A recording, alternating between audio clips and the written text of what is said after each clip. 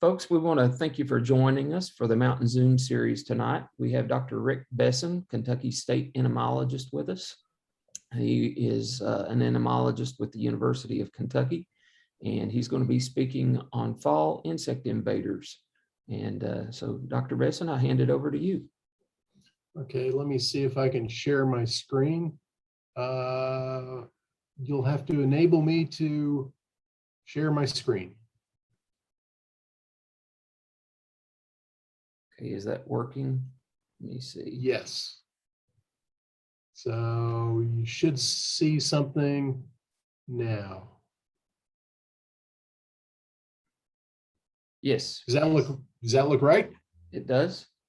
Okay, let me go ahead and get started. So Chad invited me to come and talk tonight, and I'm going to talk for about 30-40 minutes about home invaders. You know, our home is our castle, and the last thing we want to see is something invading our home. But anyone that's lived in Kentucky, particularly Eastern Kentucky, you know, there's a number of insects that are going to try and come in at this time of year. So let's talk a little bit about that.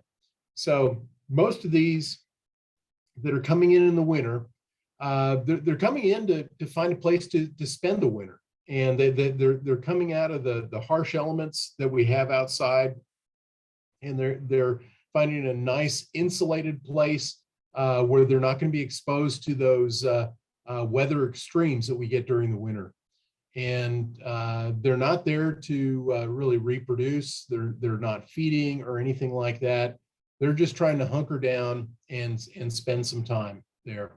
Now, all that being said, I'm not convincing people that, oh, that's great. Let's just live with these insects in our home. No, I know the reality of that, and people don't want to share their homes with their insect friends. You know, we did a survey. This was back in 1998. Dr. Mike Potter and myself, we did a survey of Kentucky residents, and we sent it out. We were trying to figure out what the tolerance was to finding insects in the house. You know, you know, we know that people hate cockroaches. One cockroach would send off alarm bells, and people want to remove it. But, you know, is the same true with, say, a lady beetle that comes in the house? People know that lady beetles outside are good. They're eating aphids and other things. So is our tolerance of finding a lady beetle different than finding a cockroach? Well, the answer was a resounding no. Pretty much they react just as poorly to a ladybug in the house as they would a cockroach in the house. And so people are not tolerant of these. We did find that it was basically 93% of residents were concerned about finding insects in their home. So just about everyone. Women were more sensitive to it than men, and people living in urban areas were more sensitive to insects in homes than those out in rural areas. And it was all types of insects. And I know I list spiders and insects, and that's just for today. I've grouped them with the insects, but it doesn't really matter what type. People don't want insects in their home. So let me go through a few of these that we're going to see.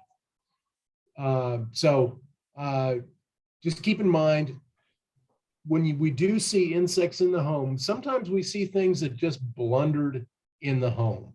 You know, we see some sort of, I don't know, a grasshopper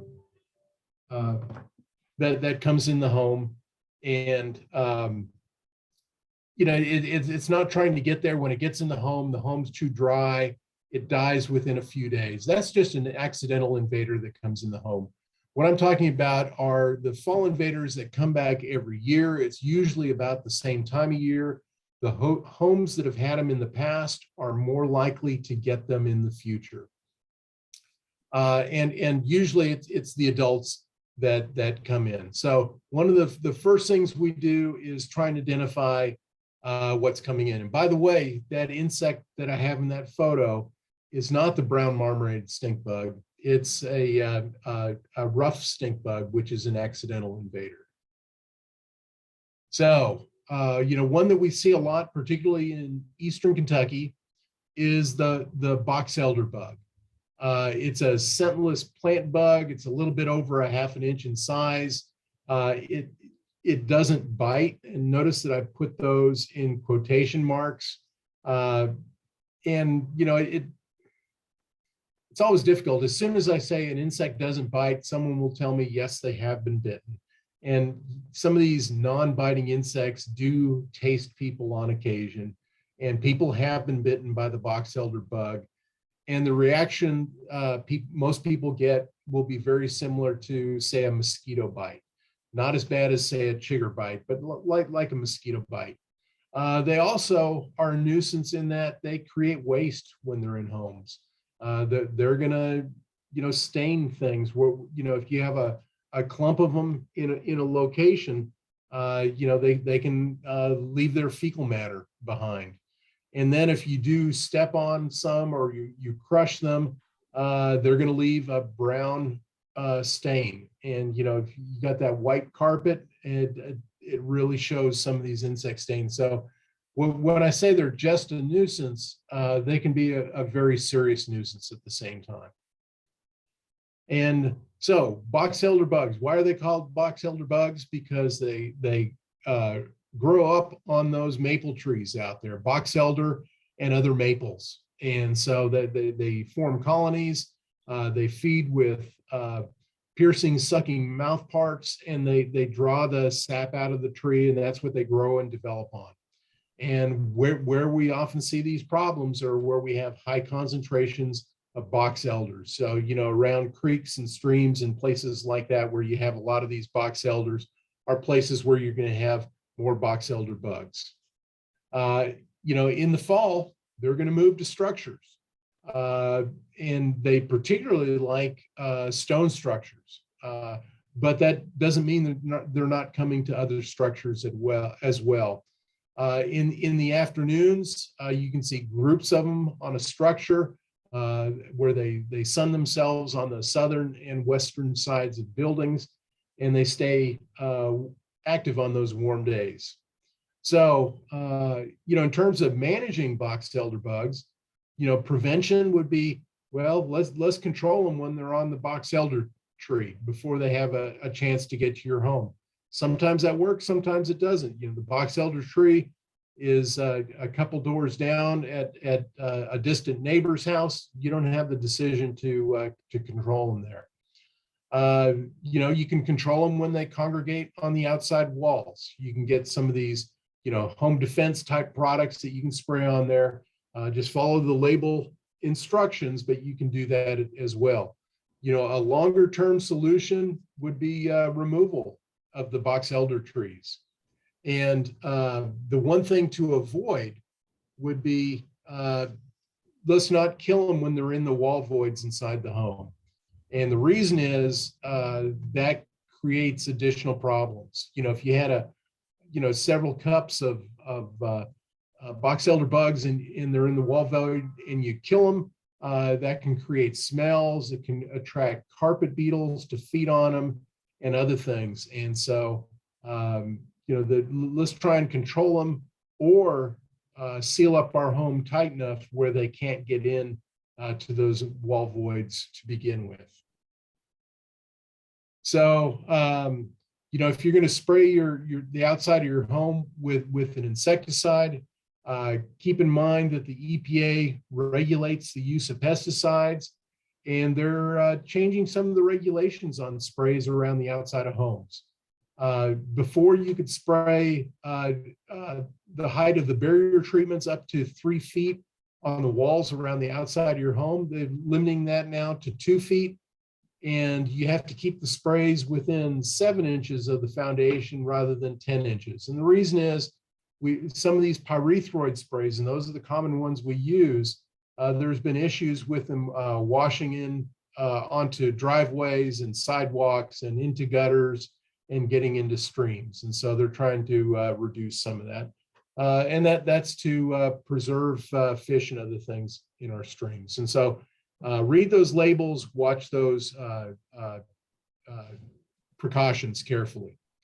The other big one that we have is the brown marmorated stink bug. It came into the state about 10 years ago. This is a big stink bug, but it's very, very flattened. So it's great at getting into crevices. It's a major agricultural pest. Numbers vary from year to year. This happens to be a low year, at least in our area, for brown marmorated stink bug. It's a major household invader. I've had as many as 500 coming into my house over a weekend. I collect them and I give them to students that do research on them, and I was keeping track of the numbers, and you can get very large numbers. I heard about someone in Maryland getting 20,000 brown marmorated stink bugs in their home. Naturally, out in the wild, what they found is that it overwinters in dead trees. They actually trained dogs to sniff out these stink bugs, just like they would sniff out drugs. And they searched for them in the woods, and they were finding them all in dead trees on the ground. And that's the normal place where they would occur. So when they get into homes, they like to enter the higher parts of buildings. So, if you have a home, you might see them around your soffits, the peak of your roof, places like that. If you have a multi-story house, up on the second floor or third floor, those would be places where they're likely to come in. They like to get in around windows and soffits. So think about having those areas well screened, screens that are intact on windows and fit the windows well. You can even put screens over some of the soffits and ventilators up in the roof. Chimneys, I heard one person was opening the flue on their chimney one December, and when they opened that up, they got a shower of stink bugs coming down the chimney. So another thing you might want to think about is putting a screen at the top of your chimney to keep them out there. Attic vents, again, we can screen those. Even other places like window air conditioners are a place where they commonly come in. I was just mentioning that it is a serious agricultural pest. And, this is what we see in some years, a lot of serious damage to fruits and vegetables, as well as field crops out in the field. This is all stink bug damage and damage they do to soybeans and corn. We have some lookalikes. So not all stink bugs do this type of damage. And so this is a native stink bug. It's about the same size as the brown marmorated, and it's a pretty good lookalike. But what you'll notice is that it has solid brown antennae, and it has a lot of teeth between its head and the corner of its shoulder. And so this is actually a predaceous stink bug. It's a beneficial stink bug. Occasionally they get into the home, but it's only, one here or so. So this one, if you see it in the home, just scoop it up on a piece of paper and throw it outside, and you're probably fine with that. We also have the brown stink bug. So this is another lookalike. This is a pest. You see them a lot in the yard and the garden, but this is not typically a home invader. So when do the brown marmorateds move in? This is a activity chart showing when they're active out in the field. And at the end of August, they almost disappear from the beginning of August through the middle part of August.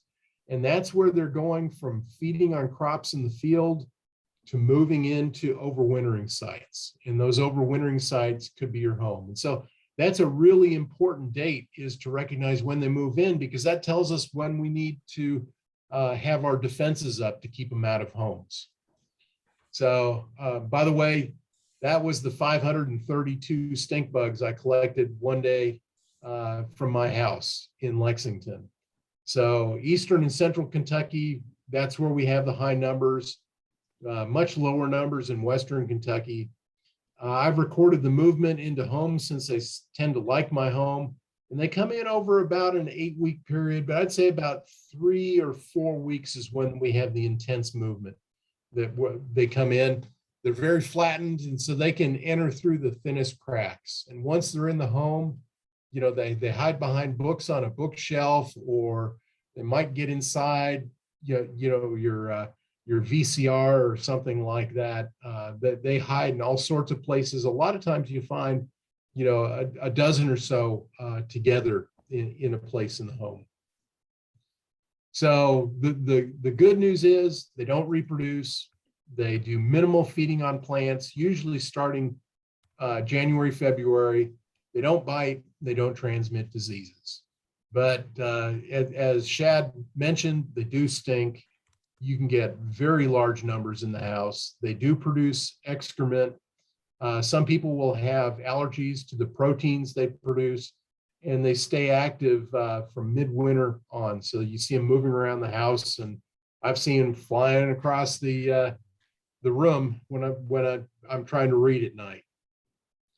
So there is one generation per year. They move between hosts. If you have some of these plants, tree of heaven, golden rain tree, redbud, crabapple, holly, princess tree, mulberry, these are ones that they seem to build up on. And in that early September period, they'll gather on these trees before they get into homes. So beginning mid-September, they start their migration, peaking in late September. Those warm, sunny days, particularly those warm, sunny days after a frost or a cool morning is when I see them. And they prefer those high locations on the tree. So the EPA actually put together a list of best management practices for this getting into homes. And they were talking about contacting a pest control professional to treat vegetation around the home. It's the first time I've seen the EPA actually suggest making pesticide treatments, but they recognize that these insects can be a very, very serious problem. We did some research with screening. We looked at different mesh sizes to see what would keep stink bugs out of homes. I looked at 1/2 inch, 1/4 inch, 1/6, and 1/8. And I put stink bugs in a container, and the only way out was through the mesh. And after 24 and 48 hours, I saw who got out. And what we found is that 1/2 inch screen didn't stop any of it. They all went through 1/2 inch screen. 1/4 inch screen, a lot of them went through. Half of the adults went through that. It really took getting to 1/6 inch screen or 1/8 inch screen before we could exclude or prevent the stink bugs from moving through it. So, if you're thinking about screening attic vents or, soffit areas and other places for stink bugs, get screen that's 1 inch or 1/6 inch in size or less. That's going to be very helpful. Generally, if you're going to spray, the pyrethroids work well. Those are what we have available for barrier treatments. Timing is going to be important. Really, we've almost missed that first window to get those sprays on. And I'm thinking by early September, the first week in September is when we want to get those sprays on for the brown marmorated stink bug, if you're going to spray to try and control them. The other approach is to try and seal up your house as tight as you can. Look for cracks in foundation, in brick work, sealing cracks up the top of your walls, and look at the soffits, your attic vents, your chimneys, and other places. Remove your window air conditioners, places where they can find ways into your house. There is some relief, and this might be why we're having a lower year with brown marmorated stink bug. There was a native wasp in China that came here on its own, and it attacks the brown marmorated stink bug, and they found it now in 11 states, and it kills more than 70% of the eggs in Asia. We don't have it in Kentucky. I have a student looking for it. She hasn't found it, but it is in Ohio and West Virginia. So we're very hopeful that this is going to get here and help reduce the numbers of this pest. We also see a native disease that attacks some of our native stink bugs, also infects the brown marmorated stink bug. So I think the natural enemies of brown marmorated are going to give us the biggest relief for this pest. some things that have been reported, and we haven't tested them, but there's good reports. Vacuuming them up, that works very well. Some people recommend putting a knee-high pantyhose in the tube of the vacuum cleaner, so you don't have to change the bag out very often with the vacuum cleaner. Light traps work. I know Virginia Tech was very big on this turkey baster pan light trap. They put soapy water in the bottom there, and they shine a desk lamp over it and put it in the attic or other dark places. It's very effective. A warning flag goes off when I see this, and I just think about that desk lamp falling into the water and causing a fire or something like that. But they talk about it being very effective. I've used that trap on the lower right, where you take a soda bottle, you cut it into two pieces, and you turn it into a funnel, and you put a light down at the bottom, and you can put that in closets and other places where it's dark. And they do sell some indoor stink bug traps as well. So the next home invader is the Western Conifer seed bug. This is a native true bug. It develops on conifers. It's larger. It's about 3/4 of an inch. I never see very large numbers, but I see these occasionally. It's a very noisy flyer inside. It doesn't bite or sting, but it pretty much stays active throughout the winter on warm days. It is a fatter insect, so it needs bigger cracks to get in. I know some of the buildings on the UK campus, we have these Western conifer seed bugs. It's less common in the bluegrass just because it does need the conifers to develop on. We don't have as many conifers here. So that's about all I was going to say. Again, probably the best strategy for this insect is to limit those cracks that it's able to get in through. This is one that's been a big problem for us for the last 25 years or so. This is that multicolored Asian lady beetle. It's a invasive beneficial insect. I'd say 4 months out of the year, it's a beneficial insect feeding on aphids and other things on trees and crops and things like that. But 8 months out of the year, it's in homes, and it's a pest. I'm not going to say it's a good insect.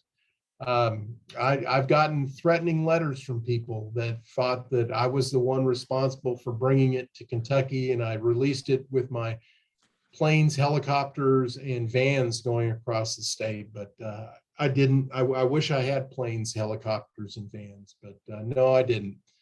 This is a pest, and even though the USDA tried to establish it several times, many, many years ago, it was first found in the early 90s by an amateur entomologist in southern Louisiana, near where the boats come in on the Mississippi River, and it's likely it came on a freight ship from Asia.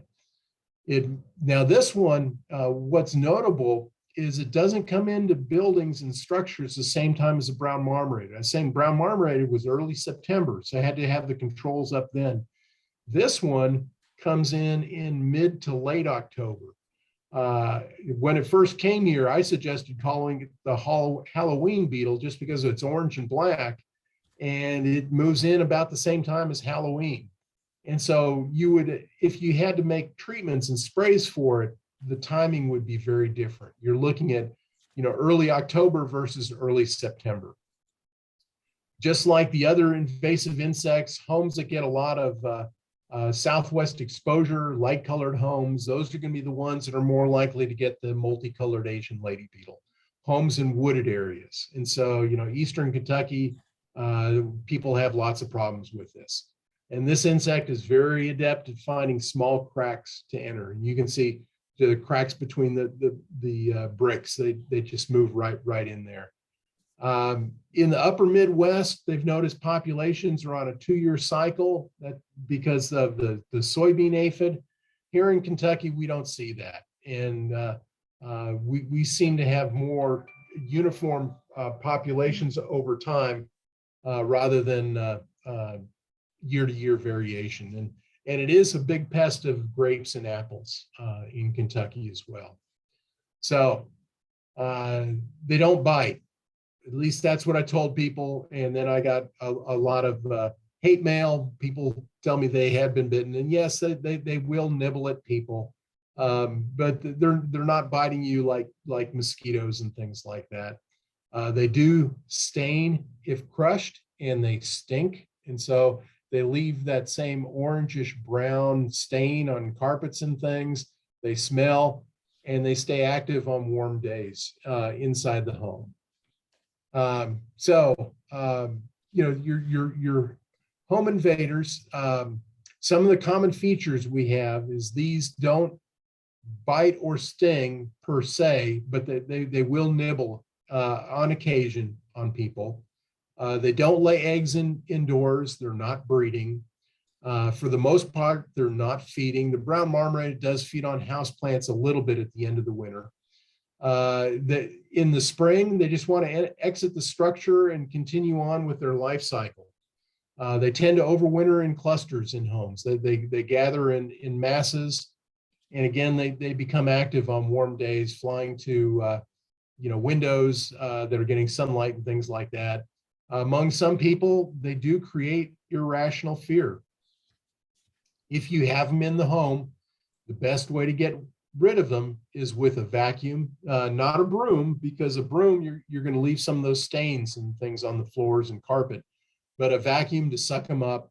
And then, you know, if you had like a knee-high pantyhose in the throat of the vacuum, you could just take that out and dump them in the trash and get rid of them that way. One of the others, and this is sort of going beyond what Chad asked me about, but I get more questions about this than I do some of the others, are the millipedes. And these are summer invaders. These are not insects, they're arthropods. They live in moist areas, and they're what we call detritivores. They feed on decaying and rotting things. They feed on fungi and spores and decaying organic matter, things like that. Most, from an ecological point of view, that they defend themselves by shooting defensive chemicals. They can be staining. They can cause irritation. You see them a lot breeding in flower beds, mulched areas, you know, in the leaf litter in woods and things like that. What happens is in the middle of the summer, they get into that phase where they're mating and reproducing, and you can see just incredible masses of them on driveways, sidewalks, and homes. And it seems to be June, July, that hot, dry weather or prolonged rainy weather can really spur some of these big congregations. When they get into homes or garages, they're a big nuisance. People walk in there and it's like walking on potato chips, crunching. They usually die very quickly, but the problem's already there. They're dead, and you have to get rid of them. They will die if they don't have moisture. They have a big moisture requirement, and our homes and garages are too dry. So really, in terms of management, you want to try and keep mulch, fallen leaves, grass clippings away from structures. I think it's a good idea, just in general, to have more of an 18-inch bare zone around the house. Don't let bushes and trees actually touch the structure. Try and prune them back so they don't touch. If you have a lot of mulch around the house, keep the mulch down to 2 to 3 inches so it dries out a little bit better.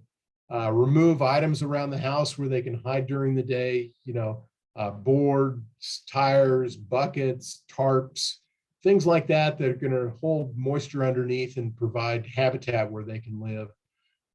Direct water away from the homes and the structure. So, you know, if you have downspouts, have the water run out of tubes so it's not being deposited right next to the structure. Think about water coming from air conditioners and other places, and send that away from the home. And again, trim bushes and trees to increase sunlight around the foundation. And lastly is pest proofing the structure. I don't have much written there, but there's a lot that goes into it. Making sure that you have cracks in the foundation that are sealed, that you have sweeps that are well fit and working properly under doors, garage doors, things like that. Making sure that you have screens on your doors and windows that are fitting properly. Anywhere where you have pipes going through the walls, making sure that it's sealed around the pipes. There's not an open area where things can come and go. And so really going through your structure and trying to pest proof it, not only in the fall for the fall invaders, but for the summer invaders as well. This is the last one I was going to talk about. Every time there's a media story, we get tons of emails and phone calls about this. But the eastern blood-sucking co-nose, otherwise known as the kissing bug or the Mexican bed bug, it is native to eastern Kentucky. We do get lots of samples when there is a story in the New York Times. It's a nocturnal blood feeder, and it will feed on people. We get lots of situations where people say that they've been fed on in the house. It's a type of species of an assassin bug. It's a flattened body. It's narrow. It has a narrow head, a medium width thorax, and a really wide tail in the back. And it has that red and black color. So it's sending the warning colors. If you pick them up, they're going to try and bite you with that beak. And so it uses that really stout beak to feed with. They hide in crevices during the day. When they do bite people, it's a lot of times when people are asleep. They bite people on the face or around the eyes and mouth. That's why they get the name kissing bug. And you can get that swelling associated with that Romagn's sign. The other reason why people are very concerned about it is they theoretically can transmit the pathogen that causes Chagas disease. And Chagas, and that same pathogen can infect lots of animals in the woods. The kissing bugs feed on lots of animals. And if someone were to get Chagas, this could be a lifelong infection, and it could be life-threatening. And it's a very serious disease in Central America, where it's transmitted by other species of kissing bugs whose biology is a little bit different, making them much better vectors of the disease. Though our kissing bug is a very inefficient vector of the disease.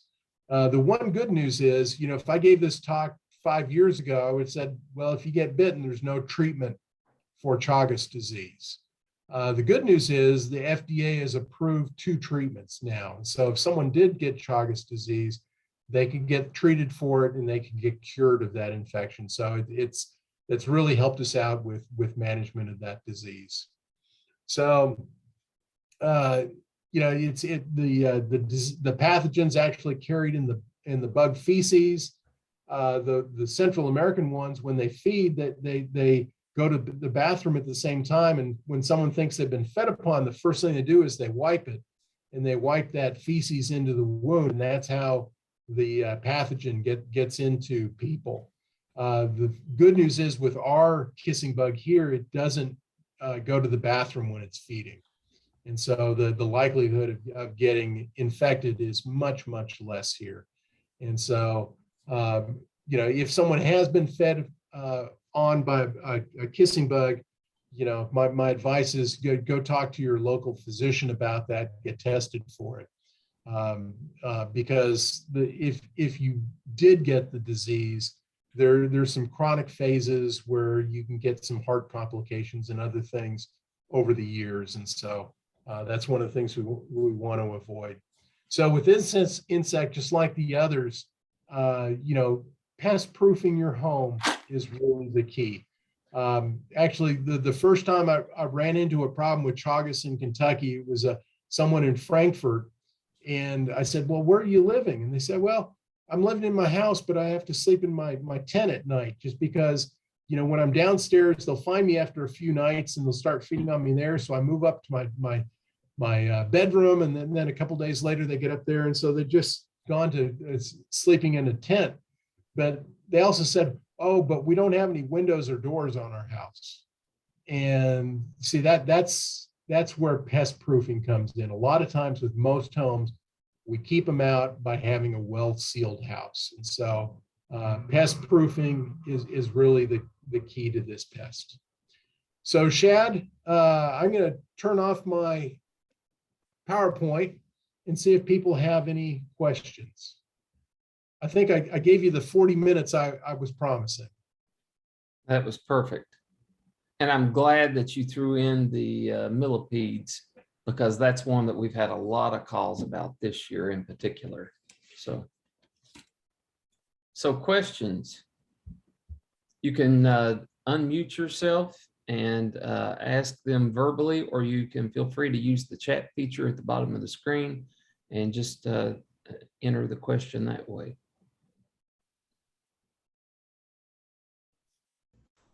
I got a question on the millipede. You said that they eat decayed and rotting materials, so they're kind of beneficial in the garden then, right? Yeah, they are. I mean, you know, a lot of these things have sort of their ecological place in things, and so they are good. Now, keep in mind, millipedes are different than centipedes. Centipedes are one group, millipedes are a different group. Centipedes feed on other insects and things, and so they're predators, but millipedes feed on decaying things. Okay, thanks.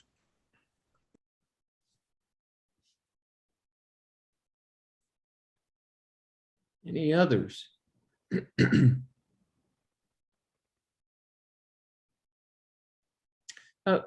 Rick, I know you hit on this just a little bit, but if memory serves, September is the time for the brown marmorated, and October is for the ladybugs.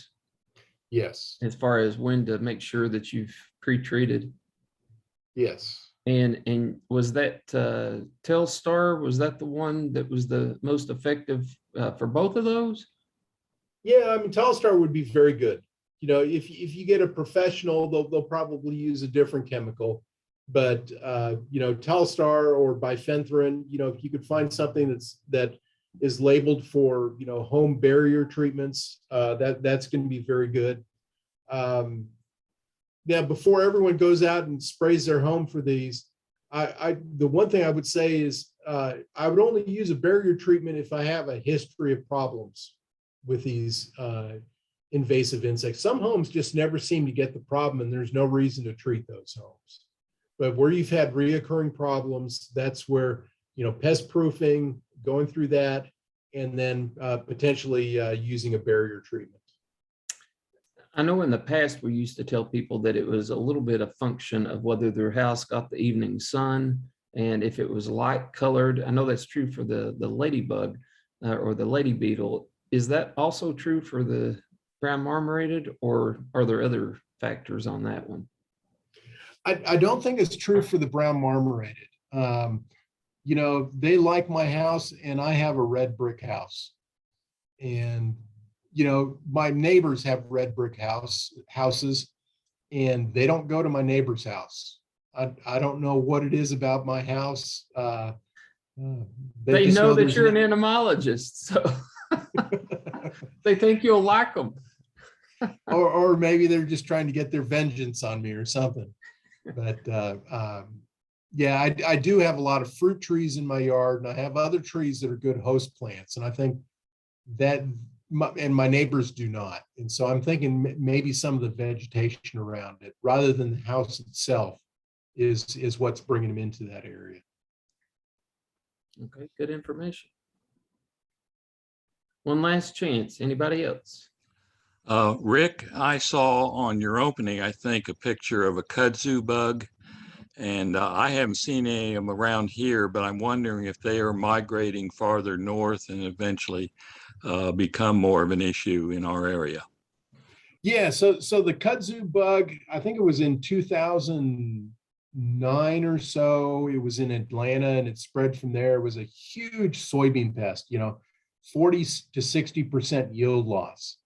But after about 5 years, one thing they found is that there was two native parasitic wasps that we have that attack insect eggs, and they did a host shift and they really like the kudzu bug eggs, and they wiped out the population. So we have found it in Kentucky. We found it in Kentucky probably 5 years ago, but at very low numbers. And we found it down in Monroe County and then out near the purchase area of the state. And it doesn't seem to be expanding. And we have the parasitic wasps that are keeping their numbers in control. So while that was a big invasive pest in the southern states early on, it's become a thing of the distant past almost now. We did have that in Letcher County, and I don't know that I submitted it, but we did have it. Have It you was seen in problems kudzu. with it? When it first came into this guy's house, he had a lot of kudzu really close to his home, and so I went and got samples, and you guys had already done a press release on it at that point, so it was very easy to identify. It's a very distinctive little bug, and so but after that 1 year, that was it. I never got another complaint, so it was kind of a one-off. Yeah. I wish all the invasives would be like that. Yeah. You and us too. Well, Dr. Bessin, thank you for the presentation tonight. Thank you for taking the time to be with us.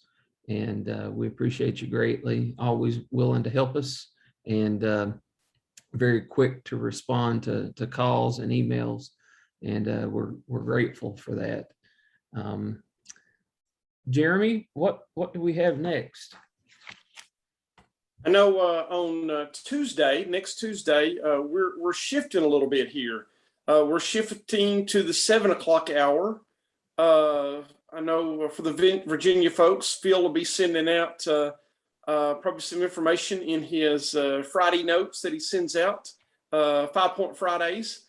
We're having a basic maple from Kentucky. We're going to have some information. It's going to be an event that is 7 to 8:30. So instead of 6 o'clock hour, we're going to be looking at the 7 o'clock hour. And then on Thursday, we'll have basically September is National Preparedness Month. So we'll be talking about preparedness, basic preparedness.